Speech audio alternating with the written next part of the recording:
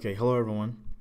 All right, so there's another decision structure called the if-elif-else structure. Okay, the if-elif-else structure, and it basically simplifies programs that use the nested if statement.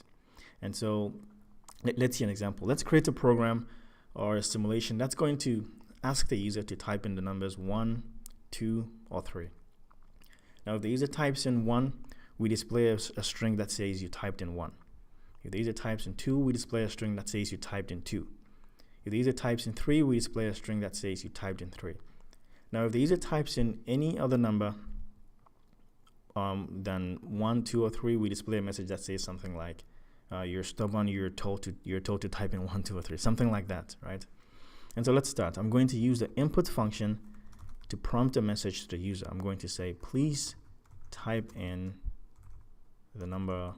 Or please I type in 1, 2, or 3. And so the input function is going to pop up some kind of text box with this prompt that says, "Please type in 1, 2, or 3." And it's going to allow the user to type in something. Let me just add a colon here in a space. It's going to allow the user to type in a response. Now, whatever the user types is going to be returned back to us. It's going to be sent back to us as a string. Now, here's a case we are telling the user to type in the number 1, 2, or 3. The user is going to type in a number, but the input function by default always returns a string. And so we need a number. We need an int. And so before we receive this number that the input function is returning, let's convert that number to an int. So I'm going to call the int function and wrap it around everything that the user has typed, which is initially being sent to us as a string. We are converting that string to an int, okay? And the int function will take that value and send it back to us, okay, as an int. So when it's sending it back to us, when it's returning it to us, we need a place to store it. And so I'm going to go ahead and create a variable, and I'm going to call it user number.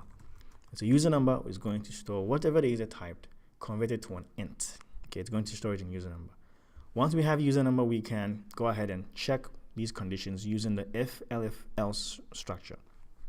So I'm going to create our if clause. The syntax looks this way. I'm going to start with an if clause and check for the first condition. We're going to check to see if the user number is equal to 1. Basically, if the user typed in 1. So if user number is double equal to 1 with a colon. And so I'm using double equal sign here to compare what's on the right with what's on the left.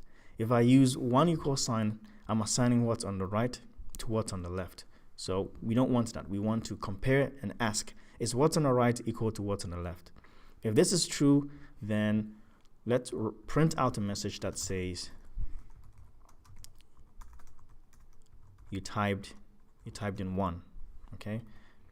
And so there's another clause that we haven't seen yet. It's called elif. So I'm going to type in elif, which basically stands for else if, right? So if the user number is equal to 1, print you type 1.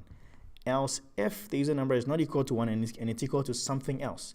Now we're going to create that condition for that something else now. So elif the user number is double equal to 2 with a colon, then let's print out the message that says you typed in 2. And so that's how it goes. Now you can have one elif statement if you want. You can have multiple elif statements to check for multiple conditions if you want. In our case, we also have to check to see if the user typed in 3. So we can have another elif clause that says elif the user number is double equal to 3. If that's the case, then let's print out the message that says that you typed in 3. Right, so this is how it works so far. It says if the user number is equal to 1, print out this. Else, if the user number is not equal to 1 and the user number is equal to 2, then print out you typed in 2. Else, if the user number is not 1 or 2 and it's equal to 3, then print out you typed 3. Okay, now notice that the code that runs for each condition is indented, just like the if-else statement, or just like the if statement. It's indented the same way. And the clauses are also in line. The code that runs are also in line. And they have to be consistent. If it's 4 spaces here, make sure it's 4 spaces here. Make sure it's 4 spaces here. If you're using 2 spaces, make sure it's 2 spaces, 2 spaces. It has to be consistent. It's very important. Otherwise, you're going to get an error.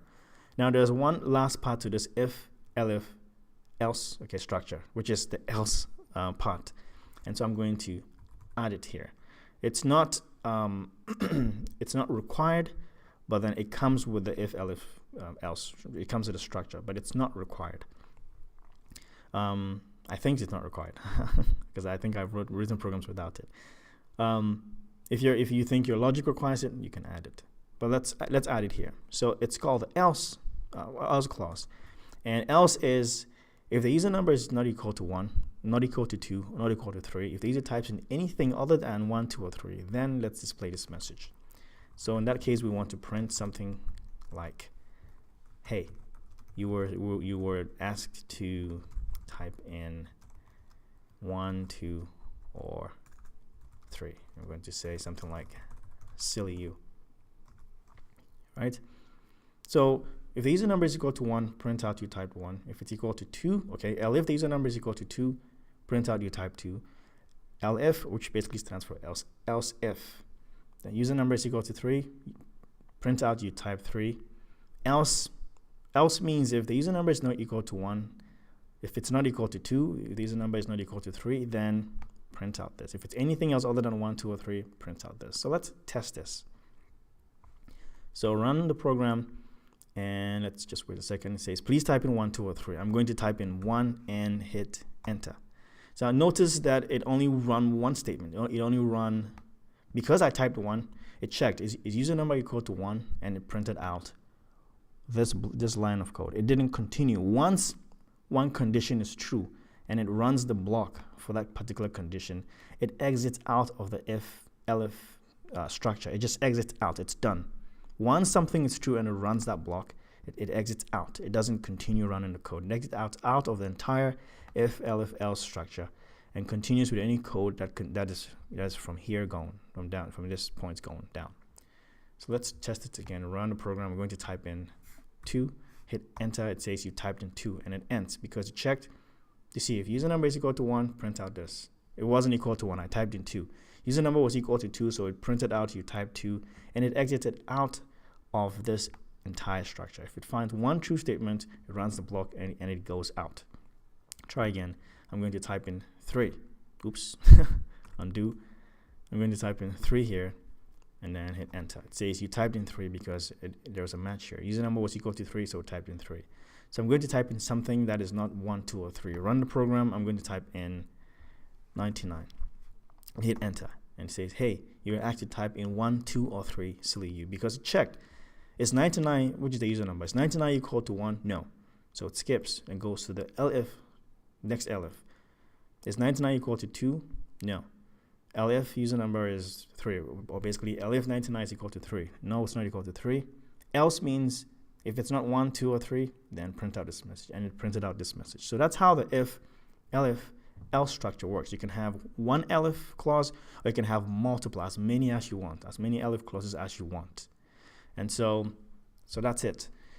So if you have any questions, please comment down below and I'll do everything to respond to them.